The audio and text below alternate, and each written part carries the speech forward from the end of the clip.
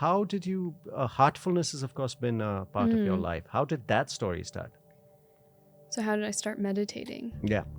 Yeah, so I started when I was about 14. And I was going through a very rebellious phase. I was like, absolutely not. I'm not meditating. So, I've seen my parents meditate since birth. And I always found the process fascinating when I was growing up. I was like, what do you do so long with your eyes closed? I could never understand it. But for me, growing up, it was kind of a 1 hour of my playtime freedom that I got to do what I wanted when they would go off and meditate. So for me, it was a lot of fun. But when I got older, they were like, why don't you try it out? And I was like, no, I don't think so. I don't think I'm gonna try it out. And my mom was like, no, but it feels really good. It feels amazing. You should. And I was like, I feel amazing right now. I'm not gonna try it out.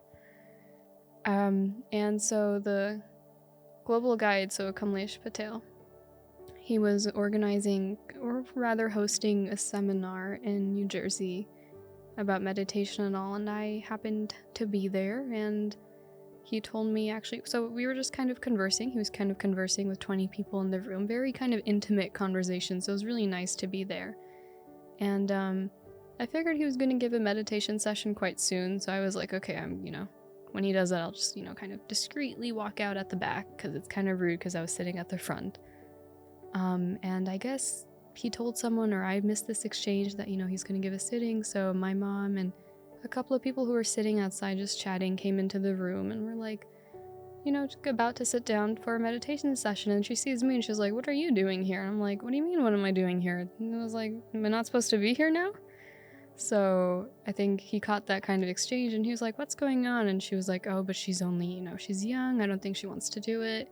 And he looked at me and he's like, today's a great day to start. Do you know how to meditate? And moms being moms, she made sure I knew the answer way before I came there, just in case. So I had mugged it up, so I gave my kind of memorized answer without understanding it, and that's how I started. But I did not seriously get into it until 3 years later, when I was maybe 17.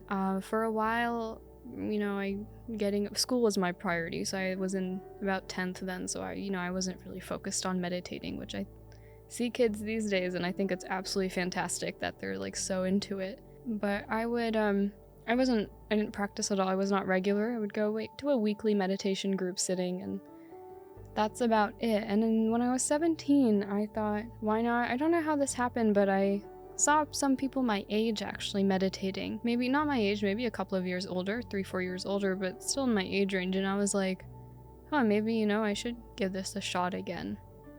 So I sat and I tried it, and nothing happened. And I was like, okay. And I sat the second day, nothing happened. I sat the third day, nothing happened. And this went on for about 2 weeks. But still, I was like, okay, I'm gonna keep at it. Maybe there's something, because there's so many people who meditate. There should be something that's there keeping them. And this one fine day, when I was just there was kind of a meditation celebration going on. So like the Bandara, the 3 days of of one of the events. And this was in the States somewhere? Or? This was in the States, yes.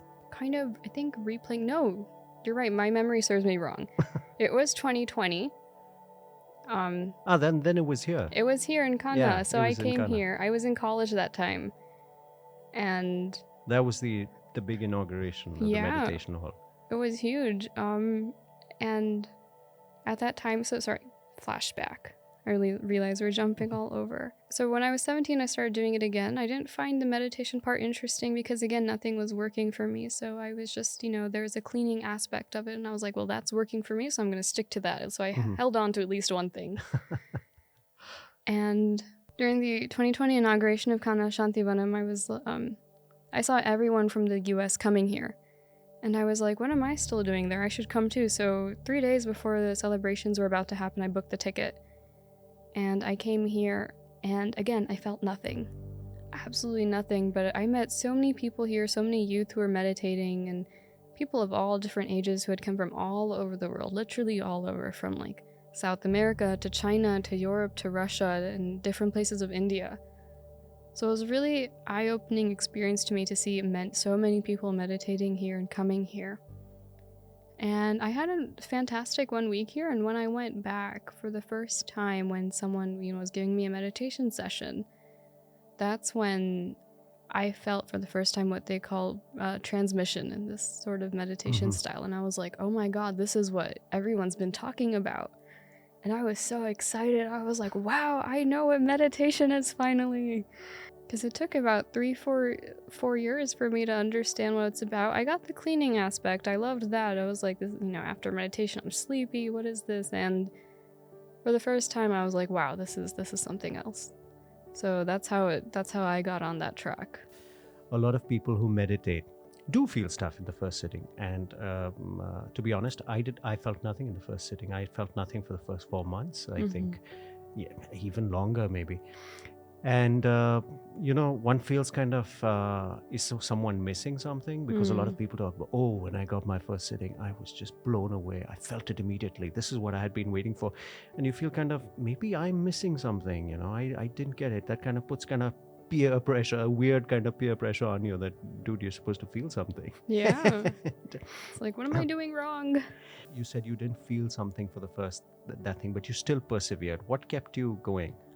Yeah, thankfully I saw my brother, and my brother had the same kind of story as me. Felt nothing for the first 3-4 years, was ready to be like, okay, meditation's maybe not for me, I should go somewhere else.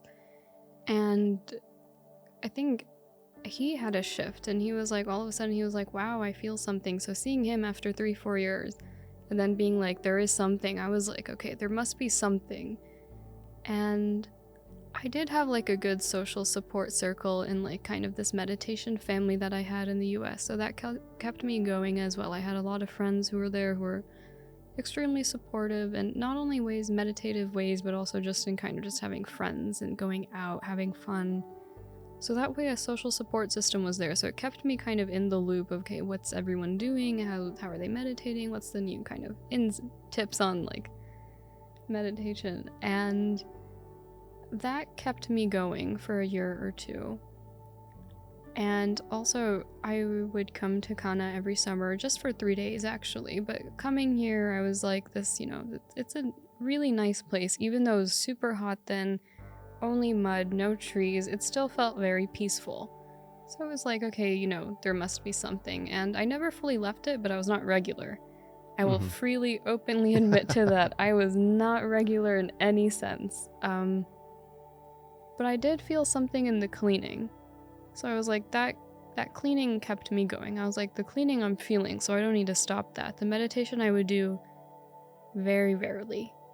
Maybe only kind of weekly at that meditation group sitting, and that too, I don't know what happened during that. I felt really sleepy after every Sunday. And that kind of, and I would never meditate actually any other day. I would just clean for maybe 20 minutes and I'm done. So that kept me going until coming here. Kept me going. You had like spiritual OCD. Yeah, literally. It was like clean, like Cinderella. That kept me going for 2 years, and 2 years flew by really fast. I got busy with school, busy with sports, so my day was pretty much filled up. So that kept me going until I felt this transmission. So, when people say, oh, like you, like, or you hear someone else say, oh, I felt wonderful in my first sitting, I'm like, I wish I knew how that felt. Yeah, I don't know. Exactly.